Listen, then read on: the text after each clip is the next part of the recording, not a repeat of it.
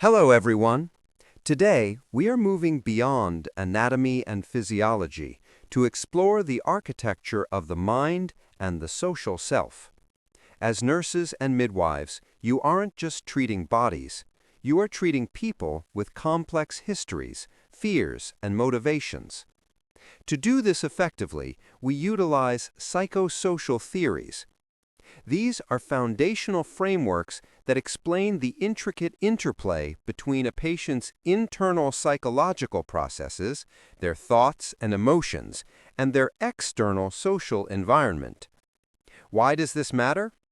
These theories offer us strategies for working therapeutically with our clients.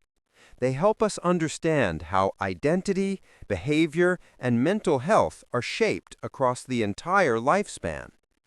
We will examine the prominent theoretical families today: psychoanalytic, developmental, interpersonal, humanistic, behavioral, and existential.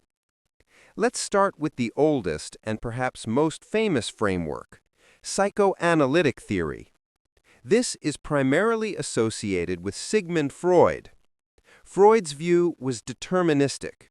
He believed that all human behavior has a cause and can be explained, typically by examining the past. He argued that repressed sexual impulses and desires, those pushed out of our conscious awareness, are what actually motivate human behavior. The structure of personality. Freud visualized the personality as a battleground between three components. The id. This is present at birth. It is the "I want it now" part of the brain, driven by pleasure, aggression, and basic instincts.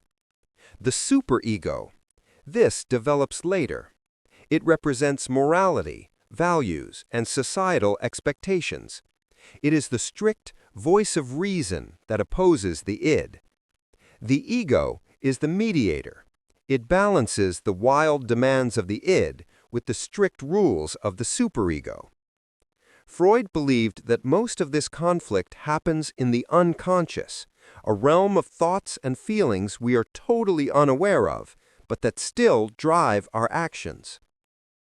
Psychosexual development. Freud also proposed that humans go through stages where tension and gratification are focused on different body parts, from the mouth, oral stage in infancy, to the genitals, phallic and genital stages later in life. While some of these specifics are debated today, the core takeaway is that early childhood experiences have a profound influence on adult behavior. Next, we move to developmental theories. Unlike Freud's focus on repressed drives, these theories suggest that at every stage of life, a person must complete a specific life task to achieve mental well-being. Erikson, a psychoanalyst who expanded on Freud's work, is crucial for nursing assessment. He didn't just look at childhood, he looked at the whole lifespan. He believed growth occurs in sequential phases. You cannot successfully move to the next stage without completing the task of the previous one. For example, infancy, 0 to 1 year. The conflict is trust versus mistrust. If a caregiver provides a secure environment with food and affection, the infant develops the virtue of hope. If not, they develop withdrawal. Adolescence, 12 to 18 years. The conflict is identity versus identity confusion. This is where teenagers weigh their values and find themselves. Elder age, 65 plus. The conflict is integrity versus despair. As you care for geriatric patients, you will see them reviewing their lives. If they feel a sense of accomplishment, they gain wisdom. If they feel regret, they may fall into despair. Jean Piaget, cognitive development. While Erikson examined emotion, Piaget focused on intelligence. He mapped out how children learn to think. Sensory motor, birth to 2 years. The baby learns object permanence, realizing a toy still exists even if you hide it under a blanket. Formal operations, 12+ years. The adolescent develops abstract reasoning and logical thinking.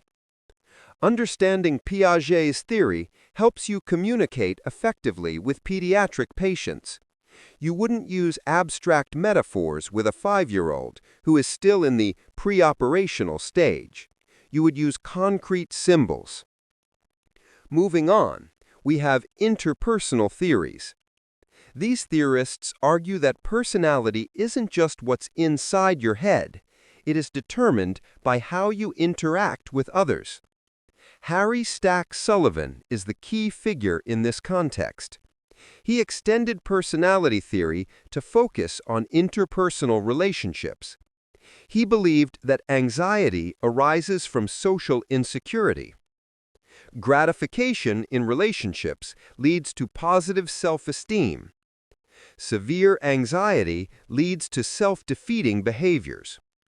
Sullivan's work is the basis for milieu therapy, the idea that the hospital environment itself, the interactions with nurses, doctors, and other patients, is part of the treatment.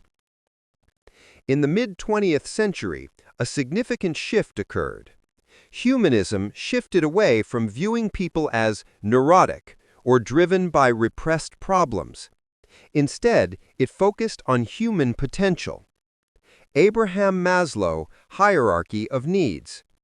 You are likely familiar with Abraham Maslow. He arranged human needs into a pyramid. First are physiologic needs: food, water, shelter, pain relief. These must be met first. Next is safety, security, and freedom from harm. In the middle, we have love and belonging, intimacy and acceptance. At the peak, we have self-actualization, the need for beauty, truth, and reaching one's full potential. As nurses, we often focus on the bottom of the pyramid, physiology and safety. But true holistic care involves helping patients climb towards self-esteem and a sense of belonging. Carl Rogers applied this concept to the clinical setting with client-centered therapy. He believed that the client had the key to their own healing, not the therapist. He outlined 3 essential traits for a therapeutic relationship that every nurse should adopt. 1. Unconditional positive regard, non-judgmental caring regardless of the patient's behavior. 2. Genuineness, being real and congruent in what you say and feel. And 3. Empathetic understanding, sensing the patient's feelings and communicating that you understand them. Behavioral theories take a very different approach. They don't worry about what you are thinking. They focus on what you are doing. Behaviorists believe behavior can be changed through conditioning. For example, Ivan Pavlov, classical conditioning. You might know the experiment with the dogs. He proved that behavior can be changed by pairing a stimulus with a response, like ringing a bell for food. B.F. Skinner, operant conditioning. Skinner showed that people learn based on the consequences of their actions. Behaviors that are reinforced or rewarded are repeated. Behaviors that are punished are stopped. In nursing, we use this for lifestyle changes, helping patients quit smoking or manage their diet through positive reinforcement. Finally, we have existential and cognitive theories. Existentialists believe behavioral issues happen when a person is out of touch with themselves or their environment. Viktor Frankl, a survivor of Nazi concentration camps, developed logotherapy. He taught that the search for meaning, logos, is the central theme of life. Even in suffering, if a patient can find meaning, they can endure. William Glasser developed reality therapy, focusing on taking responsibility for one's behavior to achieve life goals. Cognitive therapists focus on how we process information. Aaron Beck pioneered cognitive therapy, showing that how a person perceives an experience determines how they feel about it. Albert Ellis identified irrational beliefs, thoughts that prevent us from accepting responsibility. His rational emotive therapy confronts these beliefs to change behavior. To wrap up, we have looked at the unconscious drives of Freud, the life stages of Erikson, the social relationships of Sullivan, the human needs of Maslow, the learned habits of Skinner, and the search for meaning of Frankl. No single theory explains everything. However, together they form a toolkit. They offer us insights into the why behind a patient's behavior